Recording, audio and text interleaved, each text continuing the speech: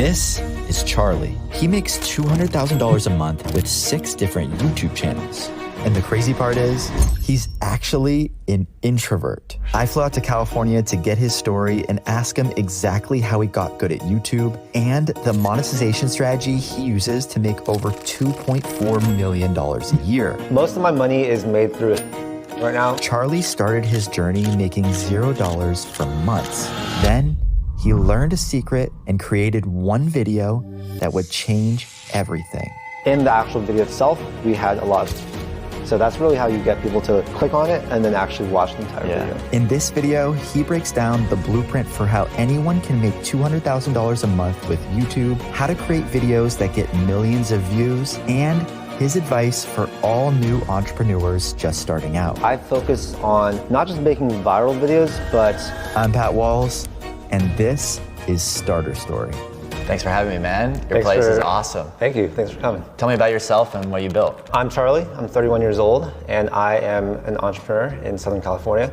I currently have 6+ YouTube channels. On a typical month, we'll do 200 to 250K in revenue. We just had our best month ever this month. We'll do close to 300K. That's for the YouTube channels. And then for the staffing company, we started that last year. It's a low 6-figure company right now, but I'm putting most of my energy into that one because we want to grow it and be able to maybe get acquired someday. All right, if you can break down a little bit more about all the channels and all the businesses that you've built and how you make money. So my main channel is just called Charlie Chang, my name. We have, I think, 1.1 million subscribers. I have another channel called Sarpwise, has about 50,000 subscribers. And then we have Charlie Chang Show, The Penthouse. My first website is one we just started. It has like 600 subscribers as of right now. Most of my money is made through affiliate marketing right now. I'd say about 50 to 55% of the revenue that comes in. We also do brand sponsorships, so that's usually like 20, 25%, and then AdSense is also going to be 20-25%. That's across all the different channels. Yeah. So you're a subscriber of Starter Story, right? I am, yeah. For about, I think, 6 months now. Nice. What do you like about it, or what do you use it for? So I think a huge part of how I was able to do pretty well was because I spent a lot of my time brainstorming, learning, like seeing what other people do. So that's why, yeah, I think I get a ton of value from Starter Story just because these are like crazy case studies. It just allows me to stay on trends. It allows me to see how other people do it. And I sort of view it as like a mentorship. Yeah, that's awesome. If anyone is looking for ideas for their own business, you can check out starterstory.com. Learn from thousands of founders who are just a few steps ahead of you, people that haven't necessarily raised money from VC or have super rich parents. These are case studies of people that turned a simple side projects or passive income sources into businesses that completely changed their lives. So check it out in the link in the description. Tell me about what life was like growing up and how you became an entrepreneur. So I grew up in a non-entrepreneurial household. My parents really wanted me to be a doctor. Went to college not knowing what I was gonna do. After I graduated, could not find a job for the life of me. So I basically just started doing work for myself. I'd done like every side hustle in the world. Photography, video, print modeling, and like a little bit of acting. I started a clothing brand. I've had a marketing agency, real estate, mortgages, everything. It was definitely hard though because when I first graduated college, I was basically making $0, seeing all my friends with their high-paying like accounting jobs. It didn't make me feel good. I sort of felt like not successful.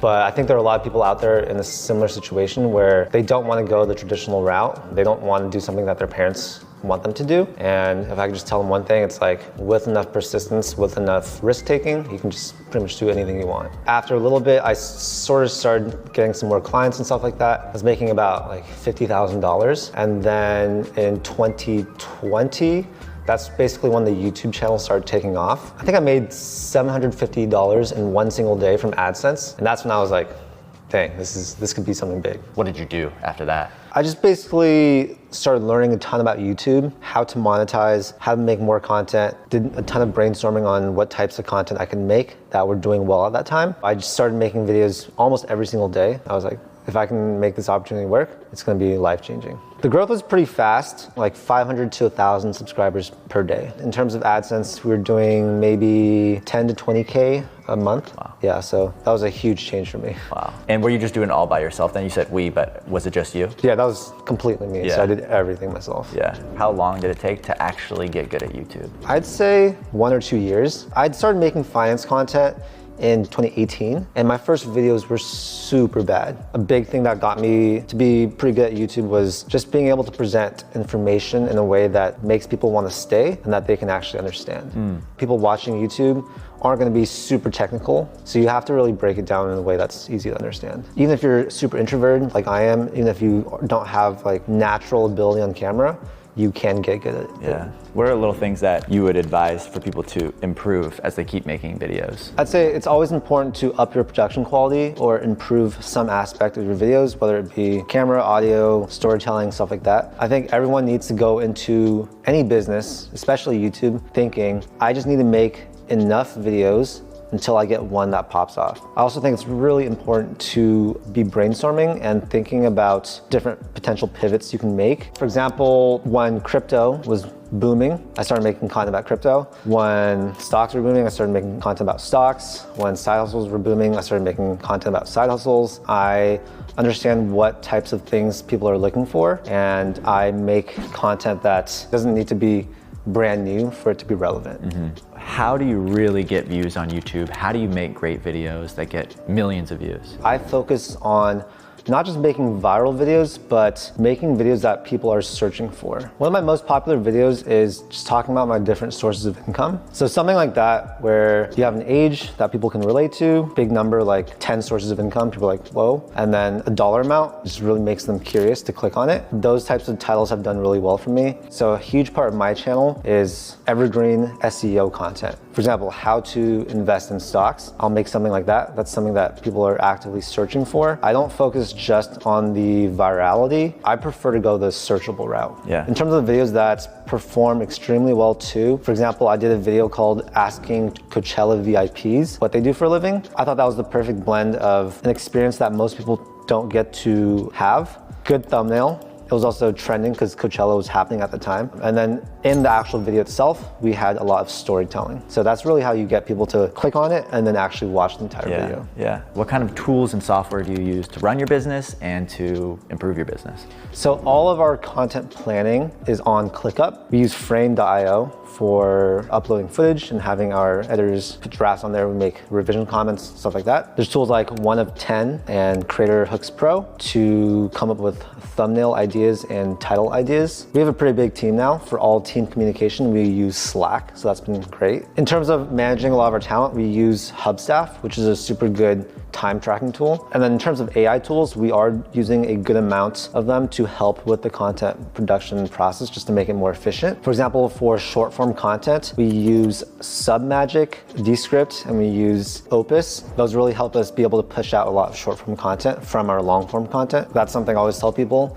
If you make long form content, you might as well cut that up into short form content. All right, let's break down some of the financials behind the business. Okay. How much does it cost to run this business and what does your team look like? For the media business, we currently have 26 people. There's me, there's my COO, which is the other guy that's local. Under him, we basically have 2 or 3 different project managers. Each of those project managers works with a ton of video editors, thumbnail people, a graphics person, a website person, a lot of miscellaneous roles like that. Yeah. In terms of the cost to run that team, it's about $25,000 a month. And that's because we're just so heavily using overseas talent. And how were you able to find a lot of these team members? Combination of Upwork, Fiverr, online jobs, but most of our current team members are actually from Paired, which is the overseas staffing company. Right, you're using your own app to... Oh yeah, 100%. Yeah. It's cool. the perfect pairing. Yeah. Hiring overseas is great, but it's super hard to find really talented people. So we basically have our local recruitment teams. They go out there, they'll sort through like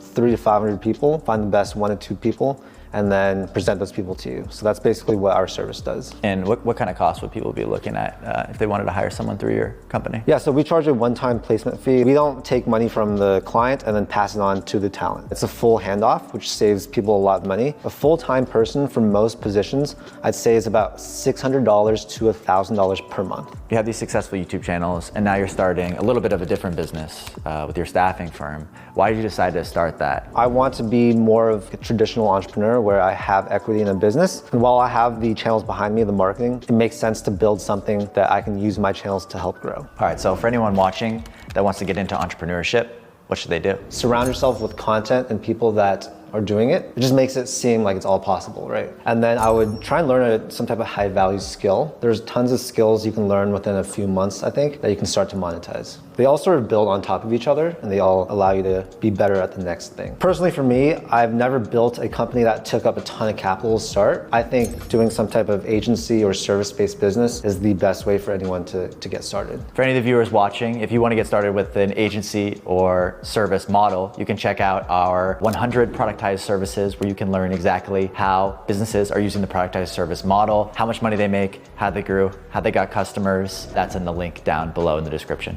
Another thing that I've learned recently is really not trying to do everything myself. I used to think that I wanted to be a solopreneur for the rest of my life, but after you hire your first person, you realize, oh, okay, this is what an actual business is, right? Because it's a business that can run without yourself. You don't need to always be there for it to work. Some people that might be watching this may be feeling a little bit of analysis paralysis on what idea they should start.